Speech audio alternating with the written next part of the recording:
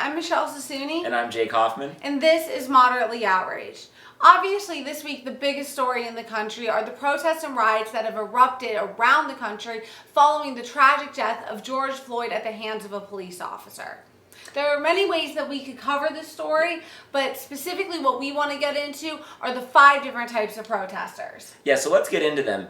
First, number 1, we have actual civil rights activists and their allies. These are people who have legitimate gripes. They've been complaining about these type of issues for years. Many of them probably date all the way back to the civil rights movement. And if you're in our generation, millennial generation, maybe you've been a teenager at maybe protesting the Trayvon Martin, Michael Brown, those types of things. People that really deeply care about these issues. It's been their life passion, their life work to make change in the environment around them.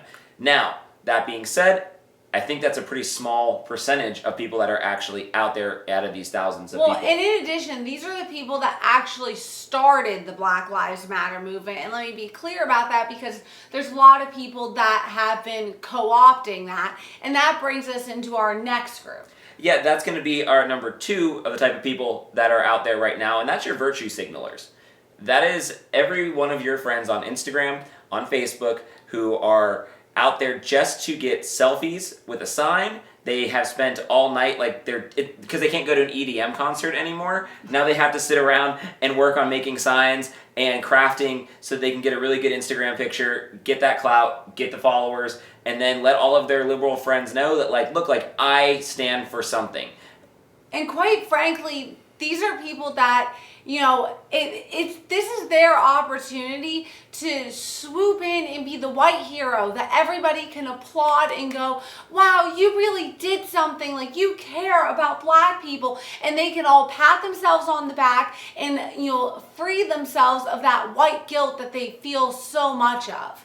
Yeah, and I think that this is the majority of the people that are out there at these protests. I think, it's been fascinating for me to see whether depending on where you are in the country, that a lot of these protests, there's almost entirely all white people, which it's really interesting. I think it's actually a good thing. I think that it shows that there are people in this country that have come around and that we don't have the type of racial tension in the same way that where people are looking down on other races as they may have done in past generations. So that in that sense, it's a good thing. But again, like I said, at the same time, they're kind of virtue signaling because they're going to go back home and feel better about themselves that they went out and protested. And, these aren't people that are really going to continue to fight for the cause. I hope they will. I hope they prove me wrong.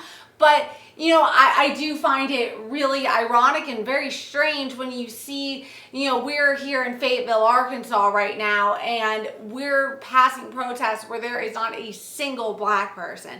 And I feel like if you're a white person that's out there protesting, you should at least ask a Black person what's their opinion, what do they think needs to be done, because this isn't really the time for you as a white person to be speaking on this issue. This is the time for you to be listening and learning from Black people who've really actually had to go through these experiences. Yeah, and then that's going to bring us to our 3rd type of protester right now, and that is your professional protester.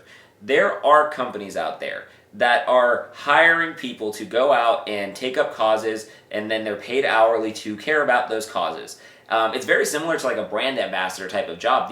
These are people that have staffed thousands and thousands of people across the country. That your mobs on demand, and you see the contracts that are out there right now, and they're paying people to come and be bodies within their movement so that the movement looks bigger, which is a tactic used by those not just in the civil rights category that we were talking about earlier, but a lot of different organizations and politicians actually use this kind of stuff too to make it seem like there's more support for something than there actually is. So kind of think of them like your Monster girls or your Red Bull girls that, they're paid, they don't drink Red Bull, but they show up and they, say, hey guys, drink some of this, and they promote the brand.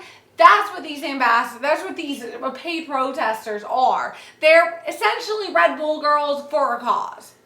Yeah. And so then that leads me to number 4.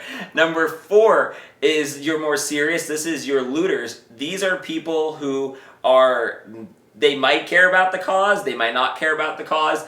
I don't really know, but to be honest, they are there to take advantage of the situation. There's videos coming out over and over again. These are people that pull their car up to the side of Champs, throw a Molotov cocktail in there, run in, grab a bunch of shoes, and then run back out. And again, do they really care about the cause?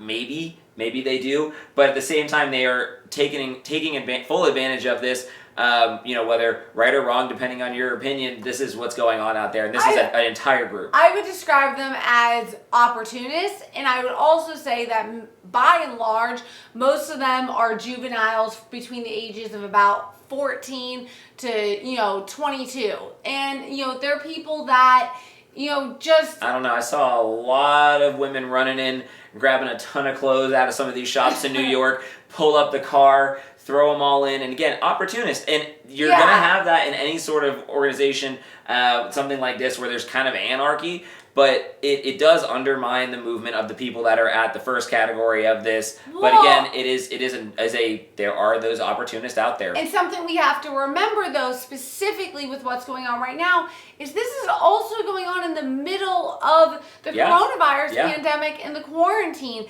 So people have been, 30 million people, almost 40 million people are out of jobs. Yeah. So I mean, you've been locked up for 6 months, 3 months, 4 months, whatever it is, without a job, and now all of a sudden, you've got an opportunity to go into your neighborhood. You can't. Your business isn't even allowed to open, but you're gonna go and open it for them. Yeah, and this is your chance to run in, grab a pair of shoes, maybe some clothes, and run out. Because you know what? Right now, people feel like, screw the government, they're angry, and they're gonna take advantage of the situation, which brings us to our last group.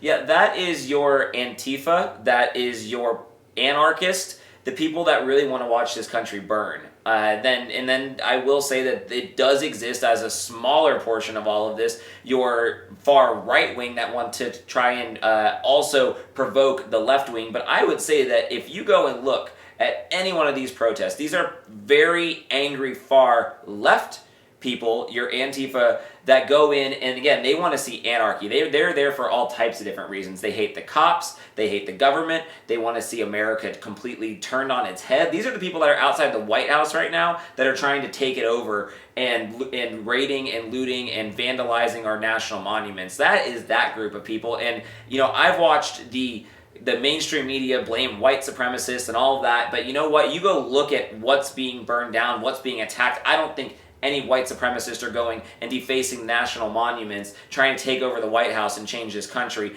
I think that it is coming from a far left anti-fascist movement when they are very fascist themselves. Which is interesting, because it's like when you think about political ideology, it really works in a circle. So when you go so far left, you eventually kind of come back around to being far right.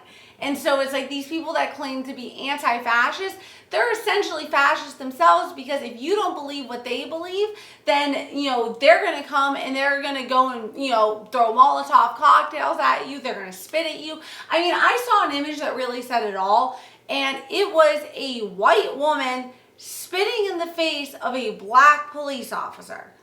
I mean, that really shows you that these aren't people that care about the cause, because if you cared, you would ask that black cop, how does he feel about the situation? And he was just sitting there seemingly peacefully, but instead, this woman is spitting on him because she just wants chaos. They want anarchy. It ultimately is their entire goal as an organization. You can see it not just in America too. This comes from Europe. You see it in the streets of Europe. You see the graffiti that's all over a lot of these towns. It's come to America. It's come to America. They're trying to overthrow the democracy and the republic that we have here. They don't like anything that it stands for. And again, this is their opportunity, disguised as the Black Lives Matter, disguised as racial injustice, all of those things. It is unfortunate, because you're watching a lot of people, like I said, with legitimate gripes from that first category, that their movement is now undermined based off these people. Yeah, I mean, absolutely. And it's really sad. And, the graffiti that you see so much of, like in Europe, and I've seen it in America, is that communism will win. Socialism will win. And that's the ideology that these people claim to have. But in reality, they just want anarchy. They just want to watch the world burn. And because I think in their minds, they believe that they can rebuild it in their image. But it's just, it's crazy right now. I mean, I'm truly at a loss for words, and that's pretty rare.